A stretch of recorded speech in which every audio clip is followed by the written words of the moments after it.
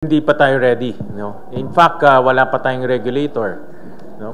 In fact, yung mga treaties na dapat nating permahan, I think may mga 4 o 5 pang treaties na dapat nating permahan. On waste disposal, on safe use of nuclear, hindi pa natin tapos 'yan. Yung mga magpapatakbo ng planta, no?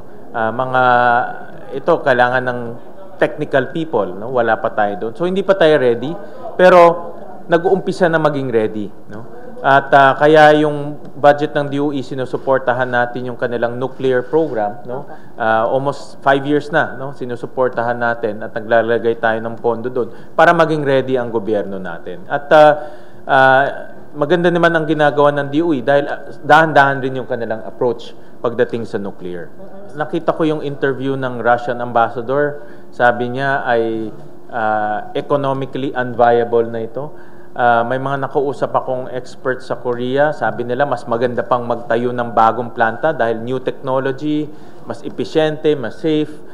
Kaya hindi ako technical expert, pero sa aking common sense, mas maganda pang magpatayo ng bago na planta dahil bagong teknolohiya yung gagamitin natin.